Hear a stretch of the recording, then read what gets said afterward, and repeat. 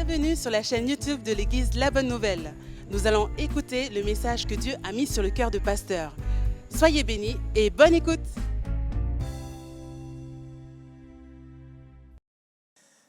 Yorana, mettez. Je suis curieux. Lorsque vous vous levez le matin, est-ce que vous faites face à la journée avec beaucoup de confiance? Ou est-ce qu'en fait, vous avez peur de ce que la nouvelle journée pourrait vous apporter? Chaque jour peut être comme un roman mystère. Nous nous demandons comment ça va se terminer. Mais nous avons un avantage. Nous connaissons l'auteur. Nos vies sont entre les mains de celui qui nous aime le plus. Juste avant le message, prions. Seigneur, nous sommes très reconnaissants pour ce nouveau jour que tu nous as donné. Nous célébrons le fait que tu prends fidèlement soin de tes enfants. Oh, c'est tellement bon de savoir que peu importe les difficultés auxquelles nous pouvons être confrontés dans cette vie, tu es avec nous. C'est donc avec assurance que nous pouvons dire, le Seigneur est mon aide. Je ne craindrai rien. Bénis et fortifie ton peuple ici aujourd'hui. Au nom de Jésus. Amen. Amen. Eric Valli est un réalisateur et photographe français. Il est spécialisé dans les paysages de montagne et il est un expert des montagnes de l'Himalaya. À un moment donné, il était suspendu par une corde en nylon à une falaise de 120 mètres au Népal. À côté de lui, sur une échelle de corde, se trouvait un autre homme, Manilal.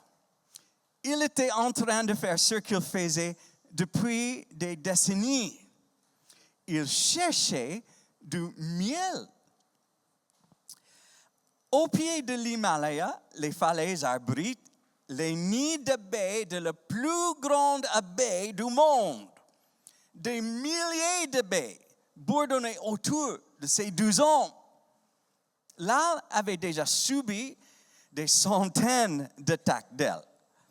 Il était calme. Mais Eric Valli n'était pas aussi calme.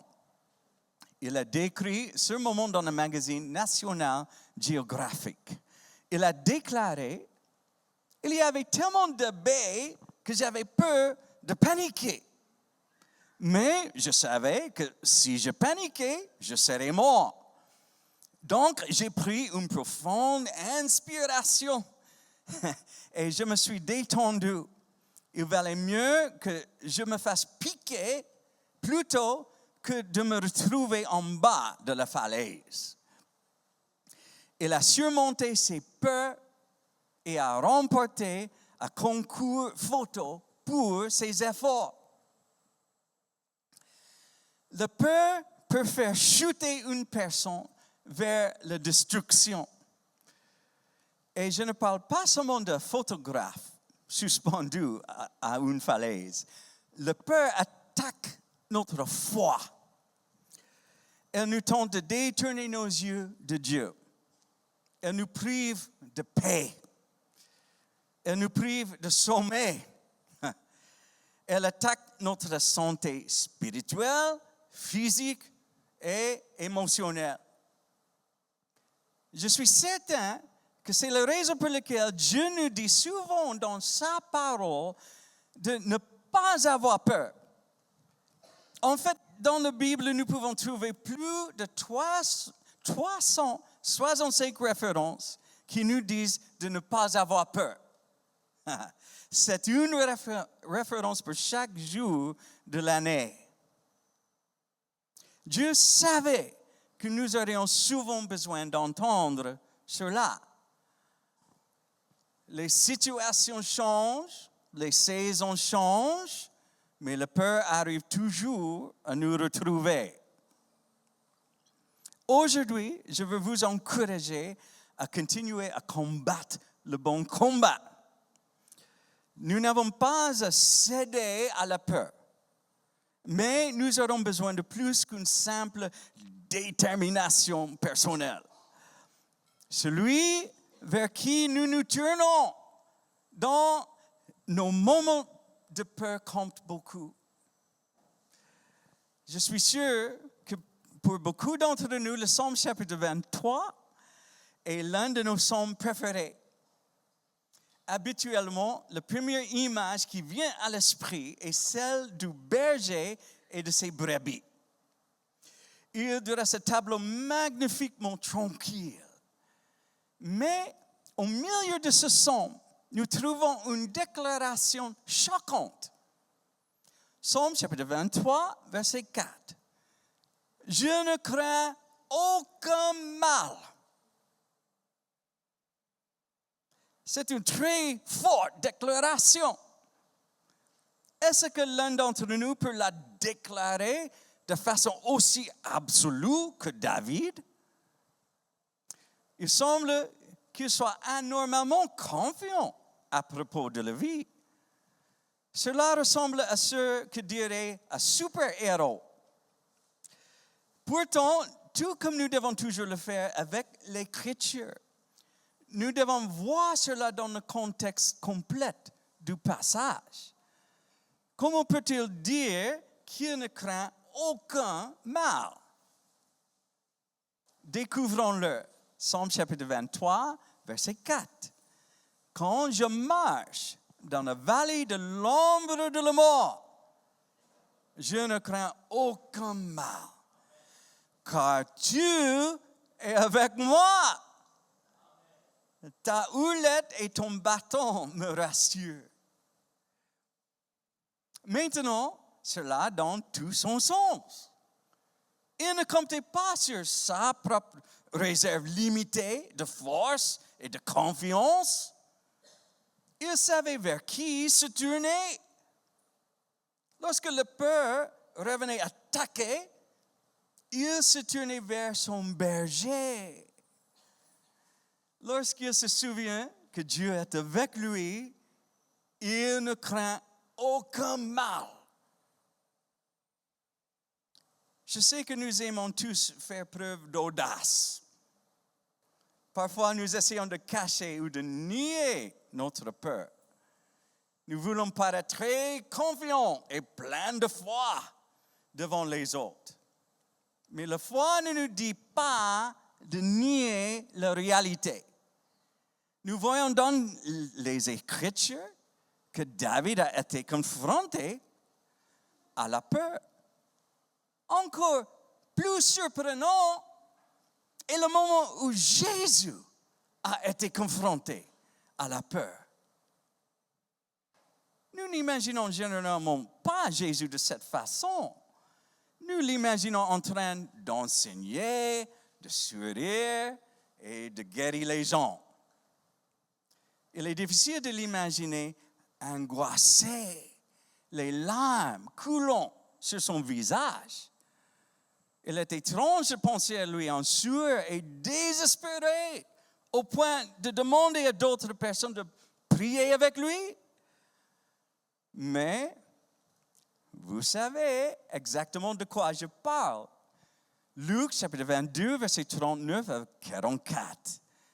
Après être sorti, il alla selon sa coutume à la montagne des Oliviers. Ses disciples le suivaient.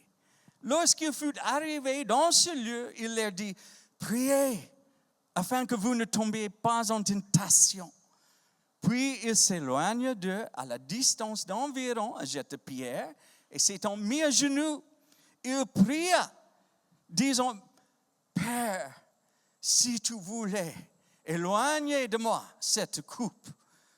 Toutefois, que ma volonté ne se fasse pas, mais la tienne. » Alors un ange lui apparut du ciel pour le fortifier. Étant en agonie, il priait plus instamment et sa sueur devint comme des grumeaux de sang qui tombaient à terre.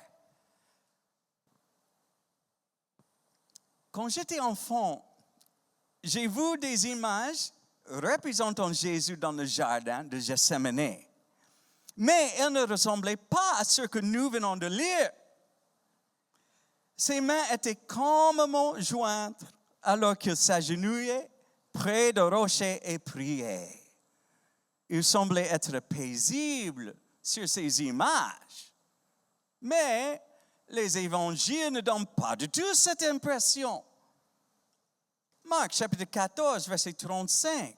Puis, ayant fait quelques pas en avant, il se jeta contre terre et pria que s'il était possible, cette heure s'éloigna de lui.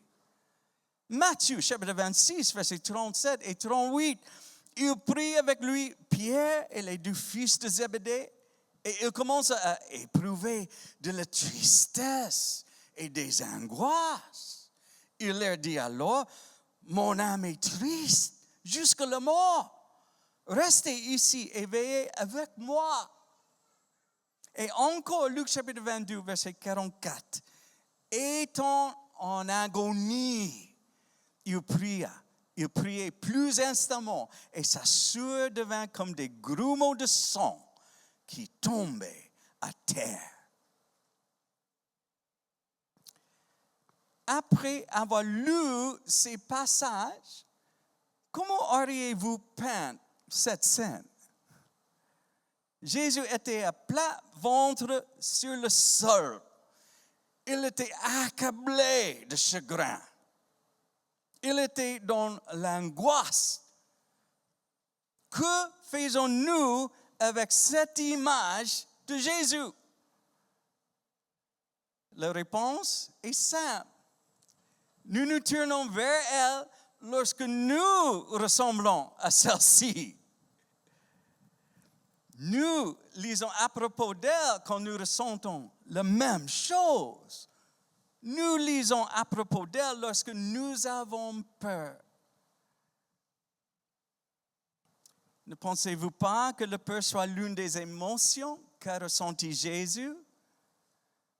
Nous pourrions même argumenter sur le fait que la peur ait été l'émotion principale. Il voyait quelque chose de si féroce dans le futur, de si inquiétant qu'il suppliait qu'il y ait un changement de plan. Luc chapitre 22, verset 42, disons, Père, si tu voulais éloigner de moi cette coupe, toutefois que ma volonté ne se fasse pas, mais la tienne. Qu'est-ce qui vous pousse à faire la même prière?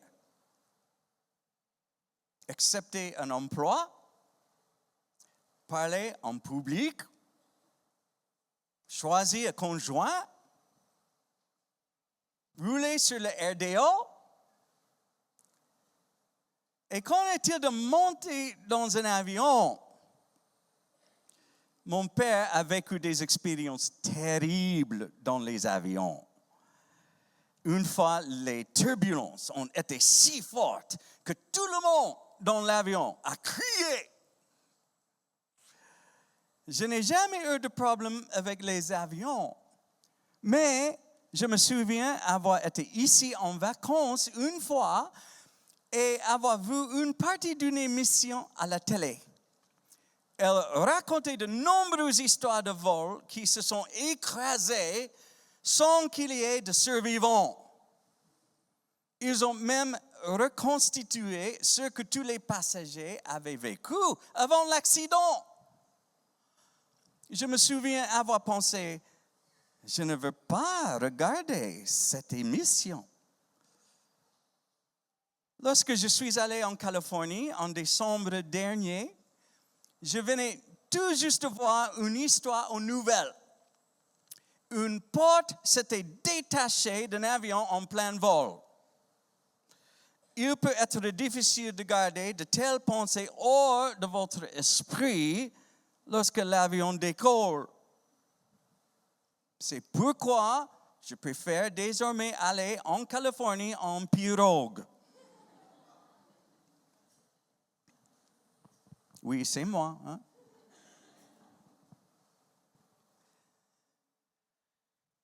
Quelle est votre peur? La source de votre peur pourrait sembler petite aux yeux des autres, mais pour vous, c'est une grosse affaire. Elle fait battre votre cœur et amène du sang à votre visage. Elle vous remplit de chagrin et de détresse. C'est ce qui est arrivé à Jésus. Il a eu tellement peur qu'il a saigné. Les médecins appellent cette condition l'hématidrose. Une anxiété sévère provoque la libération de produits chimiques qui détruisent les capillaires des glandes qui provoquent le sueur. Lorsque cela se produit, le sueur sort en étant teinté de sang. Jésus était plus qu'inquiet. Il avait peur. La peur est le grand frère de l'inquiétude. C'est incroyable que Jésus ait ressenti une telle peur. Mais c'est tellement aimable qu'il nous en parle. Nous avons tendance à faire le contraire. Nous cachons nos peurs. Nous pourrions avoir mal au ventre, mais nous gardons cela secret. Jésus ne fait pas cela. Nous ne voyons aucun masque de force. Mais nous entendons une requête demandant de la force. Père, si tu voulais éloigner de moi cette coupe. Le premier à entendre sa peur est son Père. Réfléchissez à cela. Il aurait pu aller vers sa mère. Il aurait pu se confier à ses disciples. Il aurait pu organiser une réunion de prière. Toutes ces choses auraient été appropriées, mais aucune de ces choses n'ont été sa priorité. Il est d'abord allé vers son Père. Oh, nous avons tellement tendance à aller ailleurs. D'abord au bar, puis vers un conseiller. Ensuite, nous explorons la section auto-assistance de la librairie.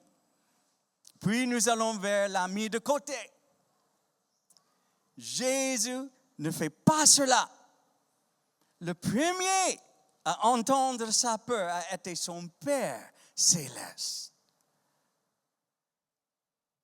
Un millénaire plus tôt, David a exhorté ceux qui étaient remplis de peur à faire de même. Il a déclaré, je ne crains aucun mal. Comment est-ce que David a pu faire pour affirmer cela? Il savait où chercher. Car Dieu est avec moi. Ta houlette et ton bâton me rassurent. Plutôt que de se tourner vers les autres brebis, David s'est tourné vers le berger. Plutôt que de regarder les problèmes, il a regardé la houlette et le bâton. Parce qu'il savait où chercher, David a pu dire, je ne crains aucun mal. J'ai lu l'histoire d'un homme qui avait peur des foules. Lorsqu'il était encerclé par de grands groupes, il avait du mal à respirer. Il commençait à paniquer. Il se mettait à transpirer comme un sumo dans un sauna. Mais un jour, il fut grandement aidé par un ami. Ils jouaient souvent au golf ensemble. À un moment donné, ces deux amis étaient au cinéma. Ils attendaient pour entrer quand la peur frappe à nouveau. La foule se resserrait comme une forêt. Il voulait rapidement en sortir. Son ami lui a dit de prendre quelques respirations profondes, puis il l'a aidé à gérer la crise en lui rappelant le terrain de golf. Il a dit, lorsque tu frappes ta balle en étant hors du terrain, dans l'herbe profonde, et que tu es entouré d'arbres, que fais-tu? L'homme paniqué a dit, je cherche une ouverture. Son ami lui a demandé, tu ne regardes pas les arbres? Il a demandé, bien sûr que non, je cherche une ouverture et je me concentre sur le fait de frapper le balle. Son ami lui a dit, fais de même dans la foule. Lorsque tu ressens la panique, ne te concentre pas sur les gens. Concentre-toi sur l'ouverture. C'était un bon conseil dans le golf. C'est aussi un bon conseil dans la vie. Plutôt que de vous concentrer sur la peur, concentrez-vous sur la solution.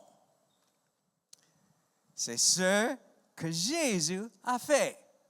C'est ce que David a fait. Et c'est ce que l'auteur de l'Épître aux Hébreux nous exhorte à faire dans Hébreux chapitre 12, versets 1 à 3. Nous donc aussi, puisque nous sommes environnés d'une si grande nuée de témoins, rejetons tout fardeau et le péché qui nous enveloppe si facilement et courons avec persévérance dans la carrière qui nous est ouverte, ayant les regards sur Jésus, le chef et le consommateur de la foi, qui, en vue de la joie qui lui était réservée, a souffert la croix, méprisé l'ignominie, et s'est assis à la droite du trône de Dieu. Considérez en effet celui qui a supporté contre sa personne une telle opposition de la part des pécheurs, afin que vous ne vous lassiez point l'âme découragée. L'auteur de l'Épître aux Hébreux n'était pas un golfeur, mais il aurait pu être un coureur. Il parle de coureur et un précurseur. Le précurseur est Jésus, le chef et le consommateur de la foi. Il est notre chef, il nous a sauvés de nos péchés et il est le finisseur. Il n'a pas seulement planifié la carte, il a tracé le sentier. Et il est le précurseur et nous sommes les coureurs. Et nous, les coureurs, sommes exhortés à garder les yeux fixés sur Jésus. Quelle est la manière pratique de faire cela?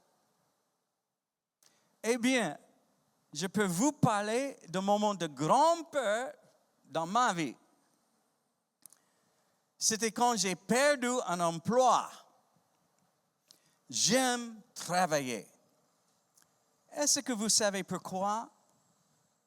Parce que j'aime manger. En fait, c'était justement ma grand-peur ne rien avoir à manger. Au fil des années, j'ai analysé les Tahitiens et j'ai découvert qu'ils aiment aussi manger. Cela me fait penser que je suis en partie tahitien. J'ai perdu ce travail quand j'avais 18 ans. Je vivais seul et je ne gagnais pas beaucoup d'argent. Donc, chaque salaire était vital. Mes grands-parents habitaient de l'autre côté de la rue où je vivais. Mais j'étais déterminé à être responsable et à m'occuper de moi et de mes factures. Je ne voulais pas aller chez eux et demander « Alors, à quelle heure est le dîner ?» David n'a pas dit, je ne crains aucun mal parce que mes grands-parents habitent de l'autre côté de la rue. Non, non, non. Il a cherché Dieu. J'étais déterminé à le faire. J'ai été élevé avec une forte éthique de travail.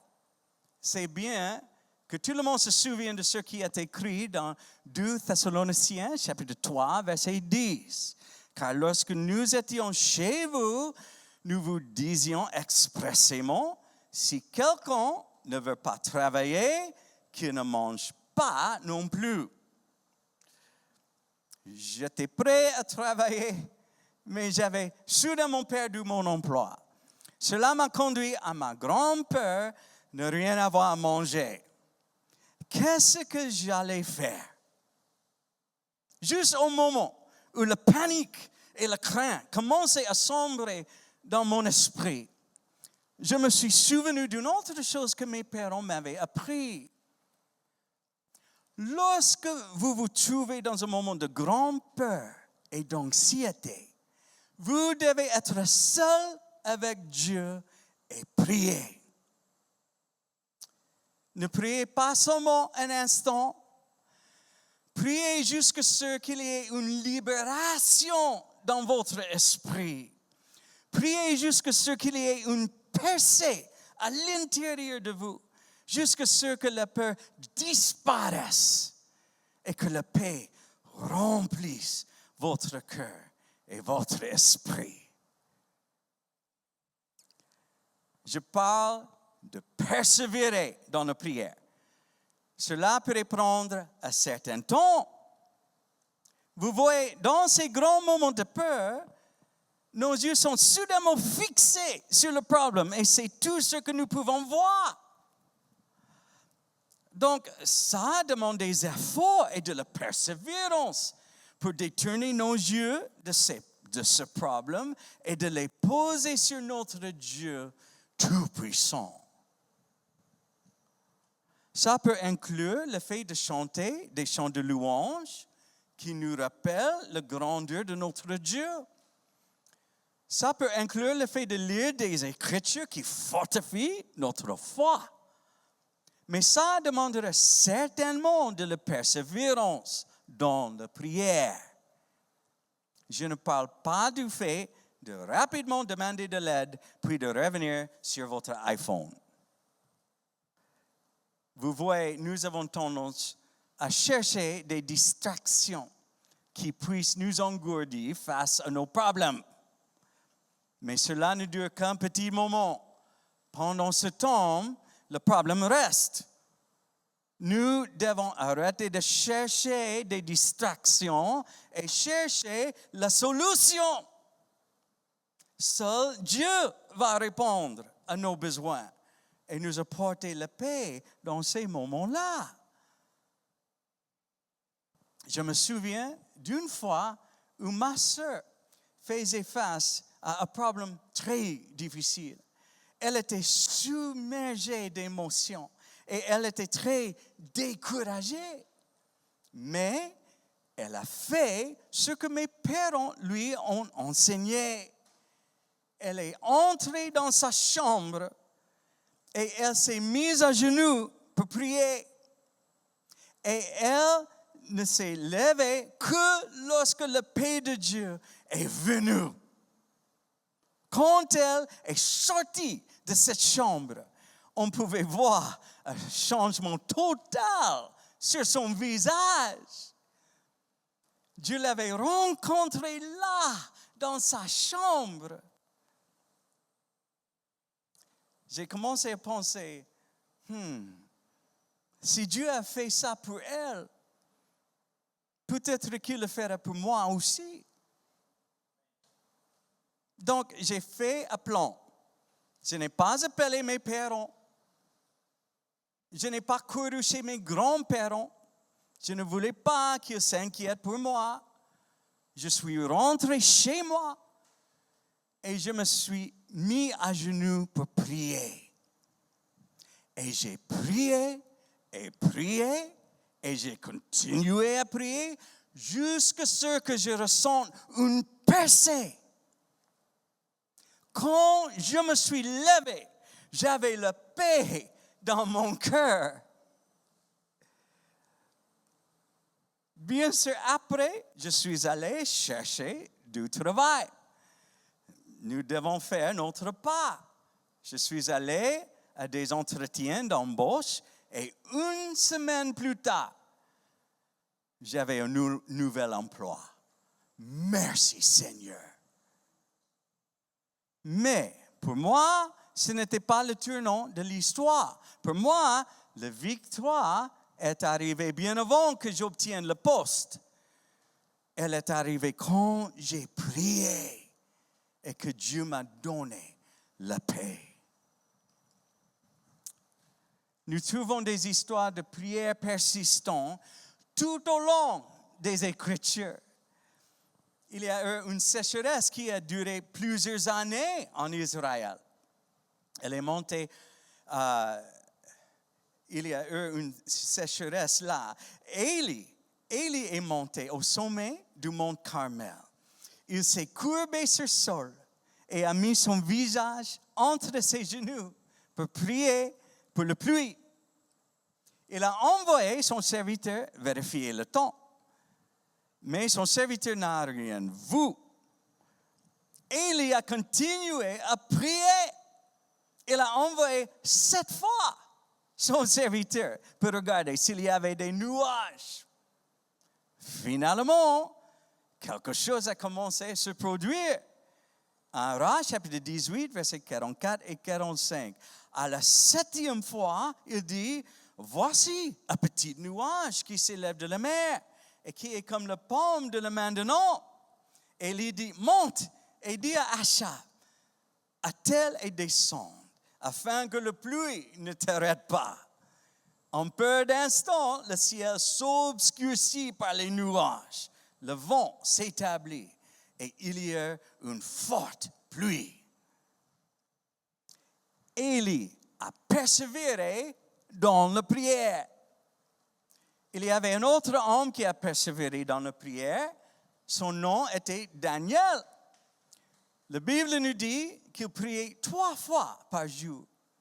À un moment donné, des gens jaloux de lui ont essayé de le détruire. Ils ont proposé une loi selon laquelle quiconque prierait quelqu'un d'autre que le roi devra être jeté dans la fosse au lion. Donc, quand Daniel entend parler de cela, que fait-il? Il rentre chez lui pour prier. Même une menace à sa vie ne l'empêche pas de chercher son Dieu. Il persévère dans la prière, quitte à être jeté dans la fosse au lion. Et que se passe-t-il?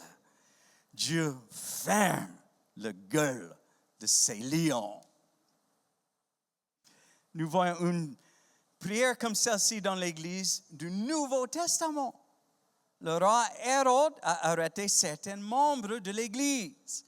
Il a mis à mort Jacques par l'épée. Il a fait mettre Pierre en prison en attendant son procès. Ensuite, nous voyons une belle écriture dans Actes chapitre 12, verset 5. Pierre, donc, était gardé dans la prison et l'Église ne cessait d'adresser pour lui des prières à Dieu.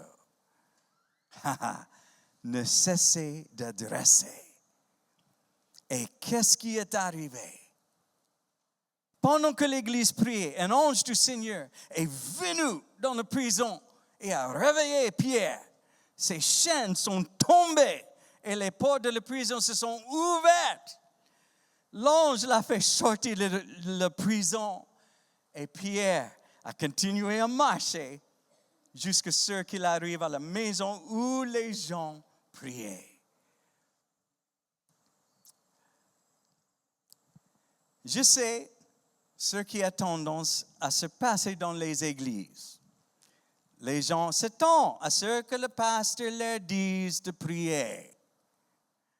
C'est un message simple, mais nécessaire. Pourquoi? Parce que les gens ne le font pas. Ils se tournent plutôt vers les distractions pour engourdir leur douleur. Ils se tournent vers les plaisirs du monde pour essayer d'avoir la guérison de leur cœur brisé. Mais ces choses ne vont jamais fonctionner. J'ai parfois été étonné de voir des gens traverser des choses terribles dans leur vie. Un membre de leur famille souffre d'une terrible maladie, ou leur mariage s'effondre, ou ils souffrent de dépression, ou ils sont découragés par un péché qui les assaille. Les gens luttent contre des choses difficiles. Et pourtant, est-ce qu'ils viennent prier avec nous le mardi soir? Non. Comment est-ce que Jésus a enduré la terreur de la crucifixion? Il est d'abord allé vers son Père avec ses peurs. Nous devons faire de même avec nos peurs. Nous ne devons pas éviter nos propres jardins de Gethsémane. Nous devons y entrer. Nos larmes et nos émotions brutes y sont autorisées. Et nous découvrirons que Dieu est là pour nous. Il ne pense pas que nos peurs soient insensées ou stupides. Jésus est passé par là où nous nous trouvons. Il sait ce que nous ressentons. Et il sait ce dont nous avons besoin. Nous faisons connaître nos requêtes comme Jésus l'a fait. Mais Jésus a inclus les mots. Si tu voulais éloigner de moi cette coupe. Est-ce que Dieu le voulait? Oui et non. Il n'a pas enlevé le croix, mais il a pris la peur. Dieu ne va peut-être pas apaiser la tempête, mais il va calmer le marin. Ne mesurez pas la taille de la montagne. Parlez à celui qui peut la déplacer. Au lieu de porter le monde sur vos épaules, parlez à celui qui tient l'univers dans sa main. L'espoir n'est pas loin, mais où cherchez-vous? Je termine avec Philippiens chapitre 4, versets 6 et 7. Ne vous inquiétez de rien, mais en toutes choses, faites connaître vos besoins à Dieu par des prières et des supplications avec des actions de grâce.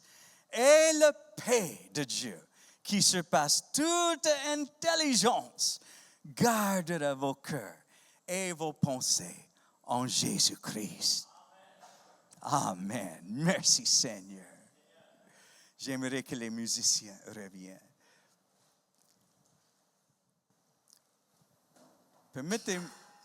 Permettez-moi de vous demander,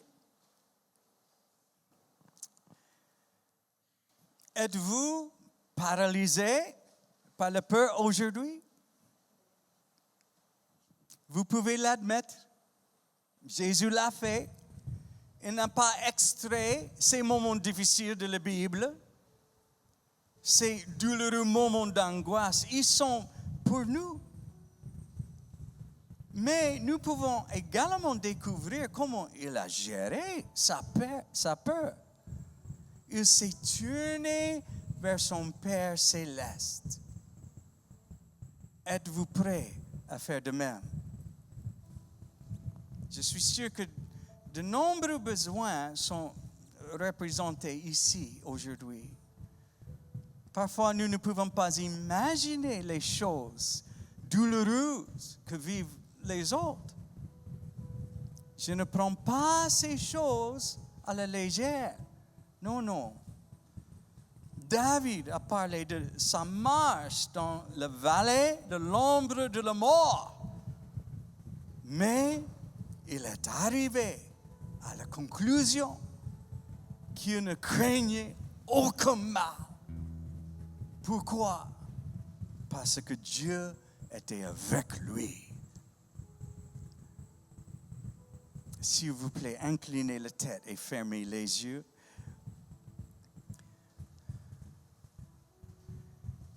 Quelle que soit la période difficile que vous pourriez traverser, en ce moment, je veux vous encourager à recevoir ce message avec foi.